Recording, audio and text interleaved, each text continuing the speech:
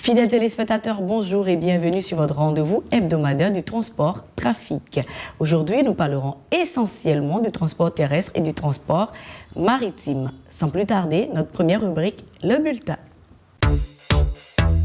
Trois informations essentielles pour le bulletin du jour. Le bonheur et la sécurité des usagers de la route, ce sont deux raisons qui justifient l'installation de deux feux tricolores intelligents Made in Bénin dans le 10e arrondissement de Cotonou. En effet, cet acte de générosité venant de la part des jeunes de la start-up Alivo est rendu possible grâce au ministère de l'Enseignement supérieur et de la Recherche scientifique par un fonds de 17 millions de francs CFA.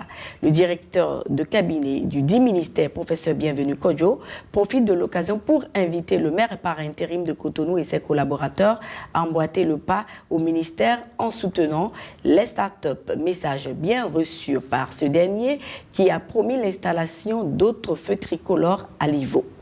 Alassane Seydou, ministre des Infrastructures et des Transports, a procédé au lancement d'un atelier de validation du rapport de performance gestion 2017.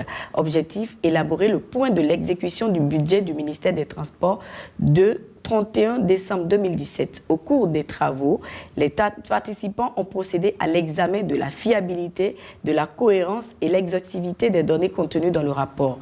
Le ministre dit être fier de la qualité des participants. Un document en cours de validation sera bientôt disponible à l'intérieur et aussi un plan de communication sera bien défini pour l'extérieur.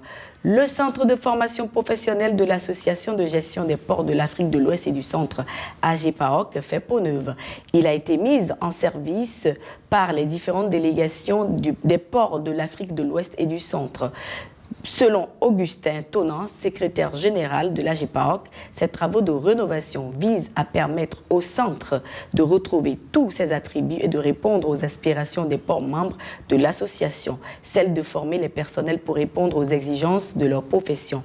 Quant au directeur du port autonome de Cotonou, il semble être disposé à accompagner pleinement le centre. Une occasion pour lui également de renforcer les liens de collaboration avec les ports de l'Afrique de l'Ouest et du Centre. Ce sera tout pour le bulletin du jour. Le reportage du jour porte sur la sensibilisation des conducteurs sur la nécessité de rouler à droite. Cette sensibilisation est faite par la police républicaine. Suivons l'élément. Sensibiliser les usagers de la route, en particulier les motocyclistes, sur le respect des couloirs de circulation. Voilà la raison de la présence des agents de la police républicaine sur les axes routiers depuis le 5 janvier 2019. Notre présence sur le terrain actuellement est justifiée par le fait que notre hiérarchie, en l'occurrence le directeur général de la police républicaine, nous a instruit à nous évertuer dans la prévention, empêcher les infractions de se commettre et pour ne pas avoir à les réprimer. Et actuellement, nous sommes en train de sensibiliser la population sur le respect du code de la route. Et cela consiste à inviter les usagers, les motocyclistes, à serrer leur droite. Et les tronçons de la route où il y a de la piste cyclable, les motocyclistes ont à emprunter obligatoirement la piste cyclable. Ils n'ont pas leur place sur la chaussée. L'opération prévue pour être renouvelée après la première phase de 3 mois vise à réduire au maximum les risques d'accidents de circulation. Nous avons démarré cette phase de sensibilisation. Les agents sont jalonnés et ils indiquent aux usagers de la route le couloir qui est le leur. Donc le message, c'est de demander aux gens de serrer leur droite, de rouler à droite et aux motocyclistes d'emprunter la piste cyclable là où il en existe, et là où il n'y a pas de piste cyclable, de rouler franchement à droite pour ne pas se faire écraser. Nous devons faire en sorte qu'on puisse tendre vers le taux zéro, on n'ait plus de cas d'accident de circulation. C'est vrai que c'est difficile, mais si chacun peut respecter son couloir de circulation, même s'il y avait accident, je crois que les dégâts, les dommages seront mineurs. Si la voie du développement passe par la route, la voie de la sécurité routière passe par le respect du code routier. Depuis qu'on a fait les autoroutes, les automobilistes roulent systématiquement à gauche et ils laissent le couloir de droite aux motocyclistes. Cela veut dire concrètement quoi? Si vous êtes pressé et que vous devez faire un dépassement, vous êtes contraint de faire le dépassement par la droite, ce qui est contraire au code de la route. Le code de la route prescrit qu'on roule à droite et que le dépassement se fasse par la gauche. Ce principe est en train d'être renversé dans notre pays. Je voudrais rassurer les usagers de la route qui ont tendance à être ébranlés avec la présence massive des agents. Mais on n'a pas encore enclenché la phase de répression. On est toujours à la sensibilisation. Mais cela ne veut pas dire que si, de façon manifeste, on constate des contraventions au code de la route, qu'on va fermer les yeux. Moi, je voudrais demander à mes compatriotes de suivre attentivement les instructions qui leur sont données par les agents. Et je crois que d'ici 3 mois, ça va rentrer dans les habitudes et ça deviendra un réflexe. Chaque usager de la route est alors invité à respecter son couloir de circulation pour un trafic sans danger.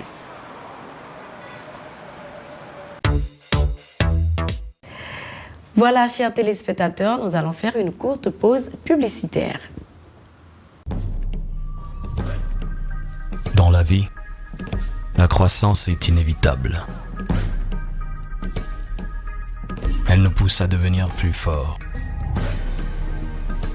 pour atteindre les objectifs que nous nous sommes fixés. Elle nous aide à devenir les leaders que nous sommes censés être et nous connecte à beaucoup plus d'opportunités. Nous croyons au pouvoir de la croissance. C'est pourquoi nous vous offrons un excellent service, tout en étendant nos ailes vers de nouveaux horizons. Rwandair, fly the dream of Africa.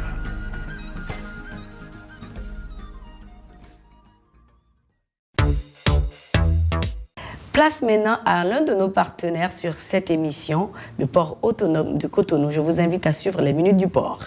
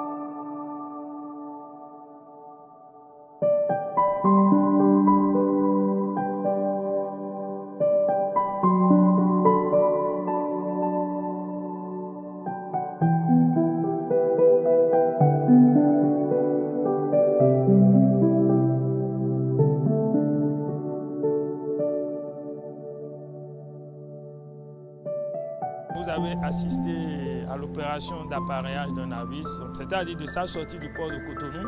Le navire étant grand, très grand, ce navire a une longueur de 250 mètres de long et de 37 mètres 40 de large.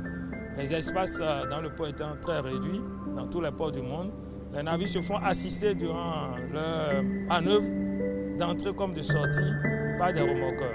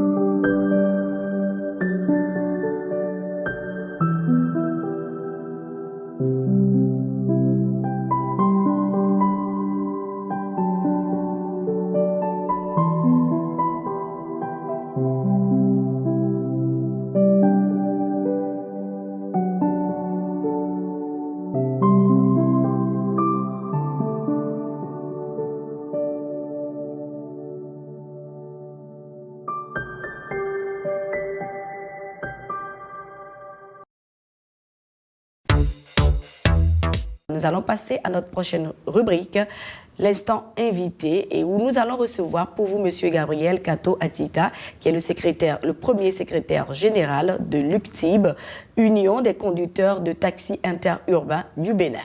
Monsieur Gabriel Kato Atita, vous êtes premier secrétaire général de l'UCTIB, Union des conducteurs de taxis interurbains du Bénin. Bonjour.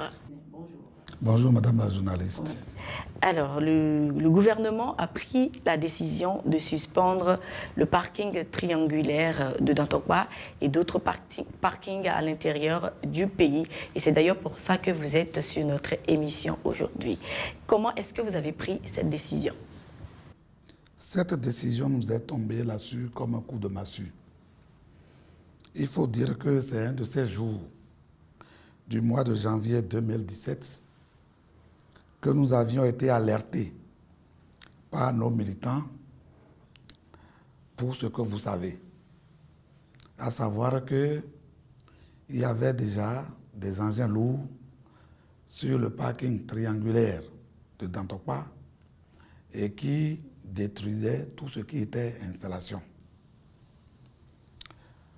Nous étions portés sur les lieux et les informations que nous avions faisaient état de ce que c'est sur l'ordre de l'actuel préfet Tobola que tout cela, toutes ces actions étaient menées. La première démarche, c'était de nous enquérir, de savoir le pourquoi. Mais il faut dire que le dialogue était resté fermé. Il n'y avait pas d'issue pour que nous puissions prendre langue avec l'autorité en tant que telle. Par la suite, des promesses nous ont été faites, histoire de pouvoir nous trouver des sites pour que nous puissions installer à nouveau une nouvelle gare routière qui puisse desservir les départements de Lomé et du Plateau comme d'habitude. D'accord. Donc, à vous entendre, c'est que vous n'avez pas été sollicité. Nous n'avions pas été contactés du tout.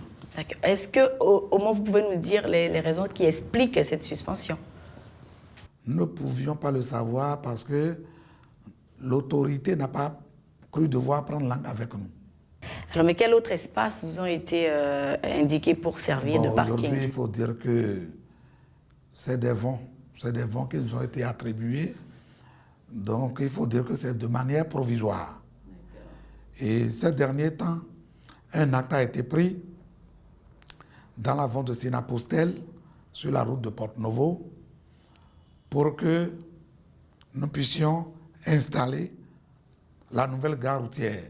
L'acte a été pris par le même préfet et je pense que c'est à notre satisfaction quand même. Tout ce qui reste à faire, c'est que nous puissions disposer de moyens, histoire d'aménager le site. Une promesse est venue de la mairie de Cotonou, soit disant qu'elle va faire en sorte que les dispositions soient prises dans le budget actuel de 2019 pour que la gare routière puisse prendre corps. Donc, si je comprends bien, pour le moment, les taxis ne vont pas vers cette gare routière parce qu'on constate qu'il y a beaucoup de taxis qui sont au bord des voies, qui constituent des parcs sauvages, en fait. Le site n'est pas encore accessible. Il faut dire que c'est un site qui s'inonde à chaque saison de pluie. Ce qui signifie que cela nécessite un investissement très lourd, qui dépasse la portée des transporteurs que nous sommes. Et c'est en cela que nous saluons. Donc vous attendez les aides. C'est en cela que nous saluons le geste de la mairie, la promesse de la mairie. Ah ouais, c'est pas un geste, c'est une promesse. Une promesse de la mairie qui entend apporter sa pierre à l'édifice, histoire que la gare routière puisse prendre corps. Mais il faut dire que le constat auquel vous aviez fait allusion tout à l'heure, à savoir que les véhicules interurbains jonchent les rues, cela ne dépend pas de nous. Nous avons beau crier, beau inviter nos militants à la raison pour que ce phénomène cesse, mais il faut les comprendre un peu. Ah, mais comment est-ce qu'on va les comprendre? Il faut les comprendre parce que l'autorité est allée de façon hâtive. Nous aurions pu faire des assises avec l'autorité, définir certains principes, faire une évaluation, identifier des sites appropriés pour nos activités avant que la délocalisation n'intervienne en amont, en aval. C'est tout cela que nous déplorons. Si nous avions été contactés en tant que sachants du domaine, nous aurions pu faire des propositions histoire de mener à bien ce projet. Nous sommes conscients des réformes qui se font pour embellir la ville de Cotonou. Nous ne sommes pas contre, parce que nous voulons... Mais vous voulez juste qu'on vous sollicite, qu'on nous sollicite, puisque c'est de votre domaine de vous solliciter. Que nous puissions expliquer, voilà, en sachant comment cela peut être fait. La situation est telle aujourd'hui que les populations de Lomé du plateau sont pénalisées. Quand elles finissent leur course dans la ville de Cotonou, elles ne connaissent plus le point de chute, c'est-à-dire là où il faut prendre d'occasion. Le taxi pour repartir. Tel va dans l'avant de la pharmacie Car-Thérapie, tel va à Sacré-Cœur, tel fut vers le commissariat de Dantokpa, devant l'immeuble Adjali, et puis c'est un méli-mélo. Ce n'est pas bien pour une belle ville comme Cotonou. Il y a même des véhicules qui chargent sur le pont. Et quand vous interpellez ces conducteurs-là, quand ils parlent, vous n'avez pas une réaction appropriée pour leur dire « quittez là ». Parce que vous leur trouvez raison. Ah, bien sûr. En partie. Mais avant que de déloger votre fils de la maison, il faut lui trouver une destination. Pas toujours. Aujourd'hui, les conducteurs n'ont pas de destination. Peut-être que l'exemple n'est pas chose là avec ce que nous disons. Oui, c'est pas la même chose. Quand c'est le pouvoir public qui agit, je pense que les gouvernants sont au-dessus de la mêlée. Les gouvernants constituent une boussole pour un peuple. Nous leur faisons confiance par rapport à un certain nombre de choses. Et en ce qui concerne notre domaine, il lui fallut que ce que j'ai dit tout à l'heure soit fait pour que chacun soit à l'aise. Il n'y a pas que les opérateurs du transport qui soient pénalisés. Ça se ressent au niveau des populations. Oui. Alors que le gouvernement est là pour nous tous. Et je répète encore pour dire que les réformes ne sont pas mauvaises en soi. C'est la manière dont les gouvernants s'y prennent qui ne va pas. Qui fait qu'on se bute à des difficultés. Nous suggérons que le gouvernement puisse nous inviter à une table de négociation et par rapport aux gares routières dans tout le Bénin et par rapport à ce qu'il fait pour que le transport puisse nourrir son homme et en même temps satisfaire le trésor public béninois pour que notre budget, notre caisse commun soit renfloué. Merci beaucoup, Monsieur Gabriel Kato Etita. J'espère que votre appel sera entendu par le président et tous ceux qui sont concernés par ce dont nous avons parlé aujourd'hui. Merci beaucoup et nous souhaitons parler en technicien et non en politique. Merci beaucoup. Merci à vous. C'était notre invité du jour qui nous entretenait sur la suspension de certains parkings dans notre pays. Nous allons poursuivre notre émission et passer à notre dernière rubrique Zoom. Nous allons faire aujourd'hui un zoom sur le CNSR, Centre national de sécurité routière, pour découvrir le cadre et mieux nous imprégner de tout ce qui se fait en matière de sécurité routière dans notre pays. Suivons l'élément. Le Centre national de sécurité routière, CNSR, est créé par décret numéro 87-442 du 29 décembre 1987 et a le statut d'un établissement public à caractère administratif et social. Nous sommes une structure de l'État sous tutelle du ministère des Infrastructures et Transports et qui définissons, élaborons les stratégies pour lutter contre les risques routiers. Ça, c'est la définition de la mission terre à terre. Et je voudrais vous dire que parlant de ces attributs, nous agissons pour améliorer le comportement des usagers de la route. Nous agissons pour recueillir les données statistiques qui découlent des accidents, histoire d'orienter les prises de grandes décisions.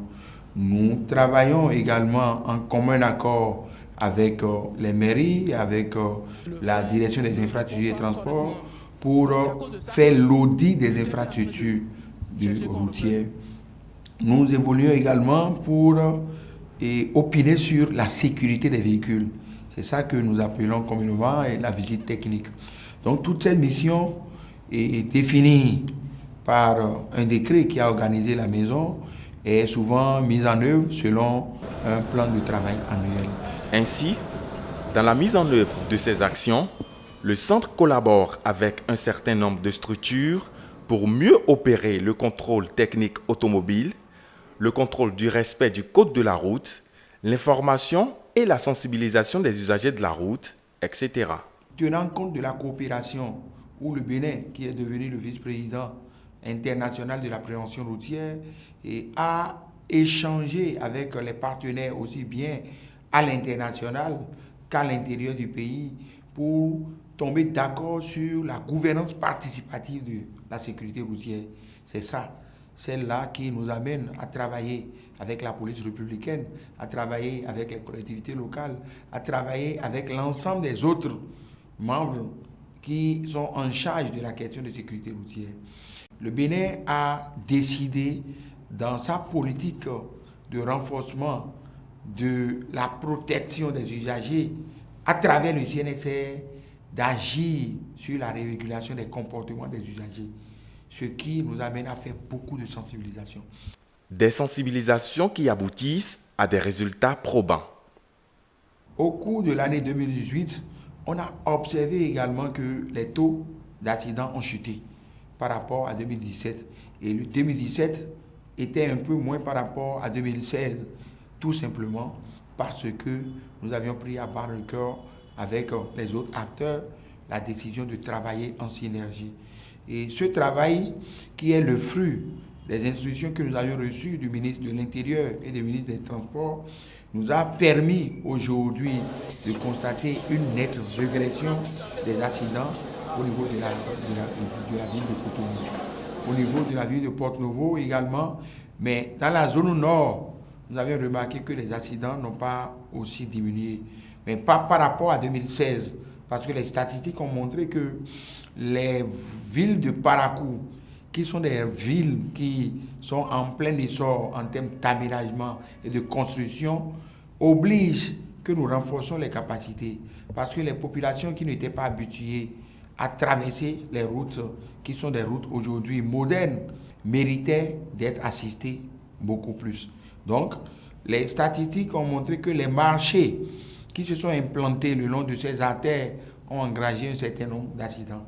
Et ça pose le problème de vulnérabilité de nos usagers parce que les dimensionnements de nos voies depuis les colons jusqu'à aujourd'hui ne prenaient pas en compte les routes de type intelligent. On comprend donc que le CNSR effectue l'étude, la recherche et la mise en œuvre de tous les moyens destinés à accroître la sécurité des usagers de la route, notamment à travers des mesures de prévention et de lutte contre les accidents de la route. Changer.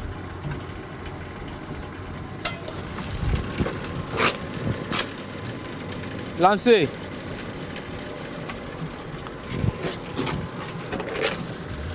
Le code là, ce n'est pas bon. Et voilà, ce sera tout pour aujourd'hui. Nous nous donnons rendez-vous semaine prochaine, même heure, même chaîne. Portez-vous bien. Au revoir.